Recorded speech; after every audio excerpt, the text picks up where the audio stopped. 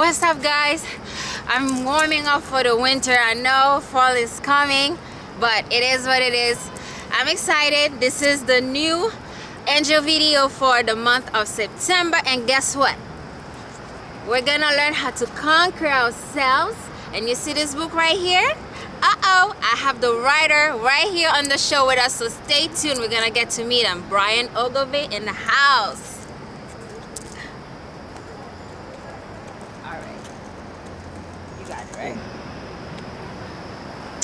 Right now I am in Meridian Park in the city, and I'm sitting here with the published author Bryan Ogilvie. Peace, what's going on? How are you doing? Very good, spectacular. Wow, thanks for coming to the show and showing us some love. And we're showing Mother Earth a lot of love.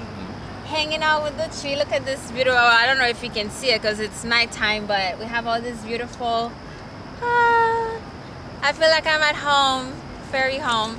But anyway, let's get started with the reading for the month of September, and then we definitely want to know more about what Bryan is doing with his book, How to Conquer Yourself. Yes. Yeah, so we're gonna get into that.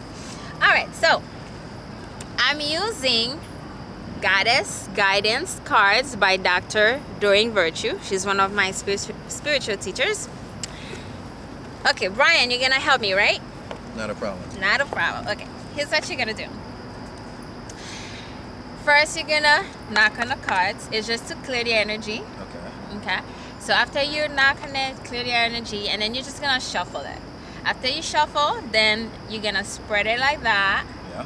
And then I'm gonna close my eyes and use my intuition to pick the cards for the month. Yeah? Okay. So take a deep breath in. Exhale. Okay. You can knock on the cards.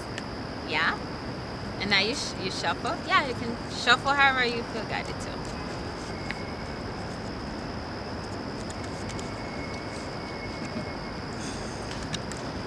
This is fun.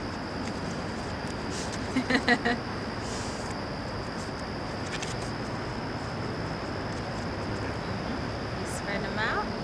Okay.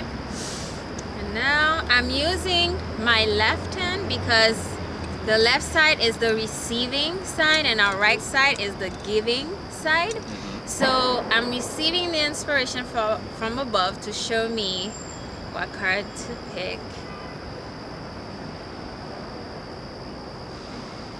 Actually, oh my god, this card is this one. Okay, that's for the beginning of the month. I'm gonna pick another one for the middle of the month. Ooh. Okay. And a bonus card for the end of September. Okay. Alright. You can put the rest of the cards here. Alright. Let's see. Ooh. Hold this too. Wow. Should I show? I'm loving. No, not yet. Okay. So, the first card for the beginning of the month of September is boundaries. It says, love yourself enough to say no to others' demands on your time and energy. So love yourself enough to say no to others' demands on your time and energy. This is very important because first of all, we're coming off from the high of the summer, right? Busy, lots of, work, planning and all that stuff. Now we're coming to the fall where things are quieting down a little bit, but that doesn't mean stagnant. It just means it's a deeper balance of inner work, more sleep, more self-care, and balancing that with obviously your work, your career. Now, for the beginning of this month, you need to really pay attention to how you spend your time. Do your best to spend time in the things that flourish your life, with people that makes you feel uplifted, happy and vibrant. So if you have people that are demanding you to do things for them, and inside, it's not that, I'm not saying don't help people, because helping people is such a beautiful thing, but be honest with yourself. If you really want to take a nap and you really need to do something for yourself, don't fall into guilt and say, well, let me sacrifice myself for the other people, because you don't help anybody by doing that. But if you're honest with yourself and say, you know what, I'm not guided to do this at the moment, or I'm guided to do this instead, or I feel like this is what I need right now. But speak what you need. Okay, so keep your boundaries. Make sure that you take care of yourself first, and from that place you can help other people, but make sure that you are taken care of. All right, so keep an eye out for that for the beginning of the month. So boundaries, keep your boundaries. Middle of the month, Coventina, Goddess Coventina, purification. It is time for cleansing, detoxification of your body and mind. Perfect, because this is the beginning. It's kind of, this is preparing you for that, because we're coming to a new year soon, and you're growing, and you have goals, and you have what you want out of life. And when you want to bring new things in your life, of course, you have to make the space. If you're running around busy 24/7, how do you sit down and think and really process everything that you've been through from the beginning of the year, really taking an analysis of what you did, what worked, what didn't work, what could you do better? You know, so you need to, with the purification card for the middle of the month, is the ideal time for you to really sit down and take an inventory of your life, where you are and where you're going for 2014. So you can call on Goddess Coventina to help you be aware of what you need to let go of, so that you can see your growth, grow to new heights. You know, by the time October and so forth, then you can be really happy with the transformations in your life, because that's really what life is all about. It's all about the growth and the transformations. And towards the end of the month, we have Goddess Eileen. I love her because she is so peaceful. She is the peace goddess.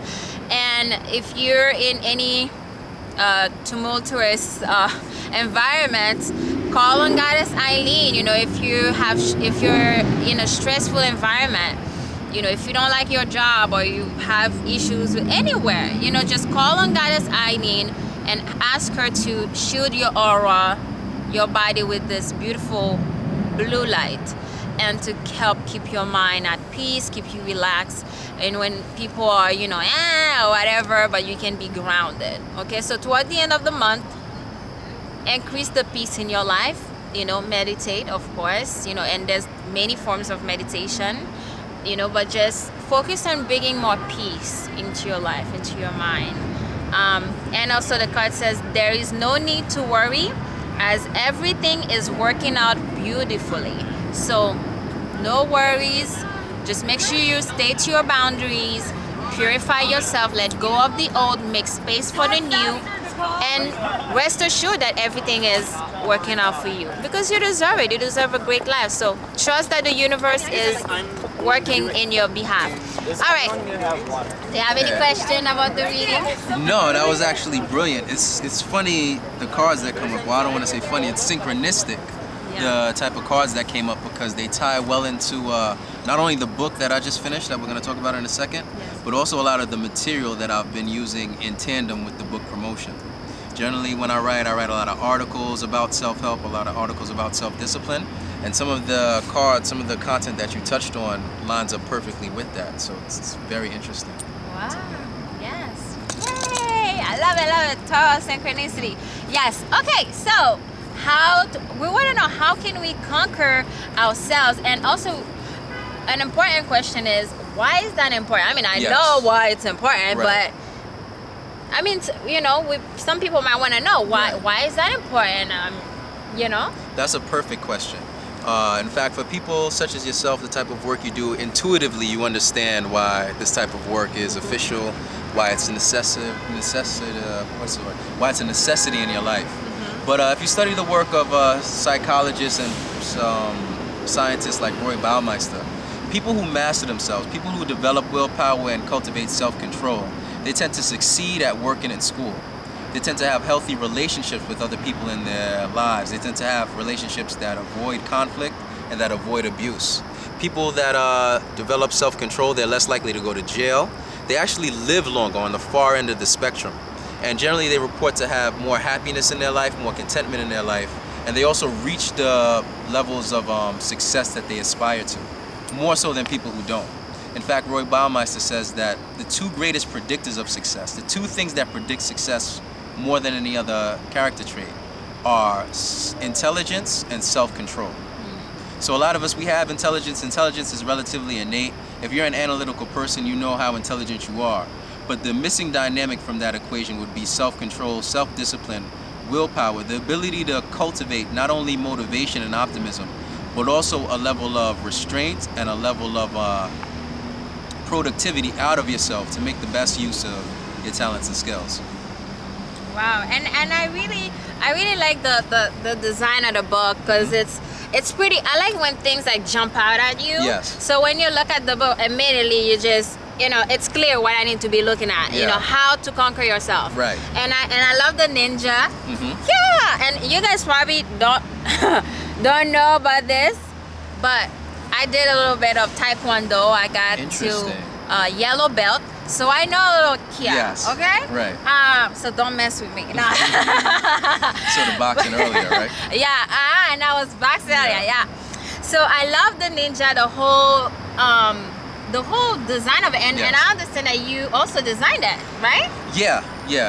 Wow. How long did it take you to come up with this concept and publish it? And Oh, that's a great question. A total of about 5 years. I initially had the idea to write a book in 2008. Okay. But at that point, it was a different framework. It was a different title. It was a different cover design. Okay. And it was essentially an entirely different ambition. Through my own personal life, through my work online, through testing ideas, talking with other people, getting feedback, and just going through life lessons in general.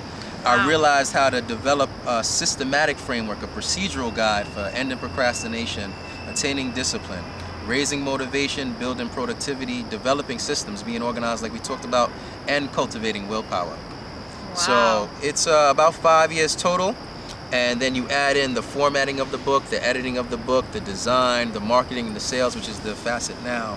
You can add on about another half a year. Wow. Yeah. And you're very precise. I like that. You're very articulate, very well. You as well. Oh, thank you. I have my accent, but I love my accent. Yeah, I appreciate that. Okay, I just opened the book to this page, but I wanted to read the quote. It's from chapter 3. Look at the little Asian guy playing the violin. That is so cute. How to attain discipline. Yes. We're most disciplined when we aim to master a skill. Yes. Not when we aim to simply collect a reward. Yes. And another quote on there says, before you can do things for people, you must be the kind of man who can get things done. Right. But to get things done, you must love the doing, not the people. Your own work, not the people. Your own work, not any possible object of your charity. Actually, can you explain that quote a little bit for me? Yeah, I'll explain both. Okay. The idea with attaining discipline is that you're most disciplined when you aim to master a skill rather than simply collect a reward. When you aim for proficiency, when you're in love with the task, when you're in love with the craft, when you're in love with mastering whatever your creative aspect is, you're more likely to be dedicated, you're more likely to be committed, you're more likely to be persistent, and you're more likely to be consistent than if you're doing something simply for the material benefits it might provide. So, for instance, with this book, the reason why I was able to master or conquer myself to do it, the reason why I've become so articulate, and the reason why I grind every day, is simply because I'm infatuated with the process. And you find, even if you read books like George Leonard's Mastery, people who are in love with the process, people who are fixated on becoming the best they can be, they're disciplined as a natural offset to that fixation. So the analogy I use in the book is, if you think about, like, let's say dating, right? I use the example that in my life, my most rewarding relationships weren't the relationships where I pursued a woman just for the sex, or because it was a cool girl who was attractive, so I thought I'd get social status or fame by being associated with her. My most rewarding relationships were the ones where I appreciated the woman for who she was as a person, and I sought to build a connection with her over time based off of that love or that connection. So your goals work in a similar way. If you're pursuing a goal simply to make a lot of money, or simply to be famous, or simply to get some social status or external award for that pursuit, you'll never cultivate the level of discipline and focus that you would if you love the craft for what it is and if you use it to evolve as a person. So the second quote, I'll read it again. It's from Ayn Rand in her book, The Fountainhead, which is one of the recommended readings that I attenuate to at the end of the book. Again, before you can do things for people, you must be the kind of man who can get things done. But to get things done, you must love the doing, not the people. Your own work, not any possible object of your charity. Generally speaking, you can't be disciplined if your life is guided by appeasing to others. If your life is guided by getting someone else's acceptance, getting someone else's approval, or by looking for acceptance or appreciation through some type of facade or social identity you concoct for the realm as a whole. If you're in love with what you do, you'll seek perfection and you'll seek excellence from yourself by nature of the task. And then you'll be able to serve people, you'll be able to write for people, teach people, consult people, feed people, or advise people, or whatever it is you do, because that's who you are. It's part of your own identity. If you're not in love with the process, if you're not in love with the work, then your creativity, it'll be just a pawn of society. It'll be something that other people kind of control through you rather than something you do for the nature of the work itself.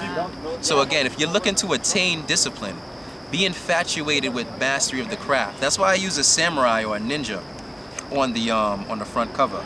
You think about a samurai or a ninja or someone training like in Taekwondo to get a black belt. What are you thinking about? See, that person is disciplined, but they're not disciplined so that they can become popular. They're not disciplined so that they can be cool or so that they can get some type of reward from the social realm. They're disciplined because it's a process of growth inside their own selves. And they're disciplined because it's an offset of who they are and an offset of a desire that's innate within them. So again, think about discipline as mastery and expertise, not necessarily dedication or persistence per se. Because if you're focused on mastery and expertise, if you're fixated on becoming skilled, you'll be disciplined as a natural offset to that equation or that fixation. Wow. That's very deep and profound, and I think, and I really admire that, because everything is like a balance. You want to, because some people, I talk to some people, and the main issue is like when you think of self-discipline, they feel like they're gonna be boxed into something. Yes. And for certain creative people who like to be free and that's the and last thing they want to do. that's the last thing you want, to have like a certain regimen. Right. But what I've learned is like to kind of create a structure where you can be free within that structure. Yes. Because you do need some kind of structure, but it's learning how to be free within that. Yes. And it's, I had to learn that because, being this creative, fairy. Right. So, but it's really amazing how, it's very, and it's pretty easy to understand. And I love the fact that there's pictures in the book, because then people can relate to it in different ways. Because some people learn visually. And that's a work. Congratulations. Thank you. Lots of success and growth to you. Where can people get in touch with you? Yes, well, the book is on Amazon. Again, it's How to Conquer Yourself. Discipline and Willpower for the Conscious Creative Thinker. My name is Bryan Ogilvie. I'm on Facebook, BRYAN OGIL, V as in Victor, IE. I'm on YouTube as Do The Knowledge. I'm on Instagram as Bryan_Ogilvie. And I'm also on Twitter as Bryan Ogilvie. My main website is dothenowledge.com. Dothenowledge.com. And again, Bryan, BRYAN .Ogilvie, OGIL, V as in Victor, IE. Wow. Facebook, Instagram, YouTube, Twitter, and also my main site, dothenowledge.com. Wow. The book is, again, How to Conquer Yourself. Discipline and Willpower for the Conscious Creative Thinker. Would you mind if I read one more quote from it? No. Okay. Yeah, definitely, sure. Let's take a look. This is my favorite quote of all time. It's by Lao Tzu. Knowing others is intelligence, but to know yourself is true wisdom. Conquering others is strength, but to conquer yourself is true power. Again, Lao Tzu, knowing others is intelligence, but knowing yourself, that's true wisdom. Conquering others is strength. To conquer others is strength, but to conquer yourself is true power. Wow. So Thank thanks you a lot. so much. No, thank you. so I'm much. honored. Thanks for stopping by and sharing the knowledge. And it first thing I think about is it's not what you know, it's what you remember. So Yes. I love how you say do the knowledge. Yes. So dotheknowledge.com, connect with Bryan, get the book, conquer yourself, feel better. Hey, comment, write to me, let me know how you're finding this information. Is it useful to you? How can you use it? Suggestions, idea for October, or you know, anything. Reach out, connect with me. You already know, myangeliclife.com. Evelor Savior, thanks so much, Bryan Ogilvie, for stopping by, and I'll see you next time. Lots of blessings. Yeah.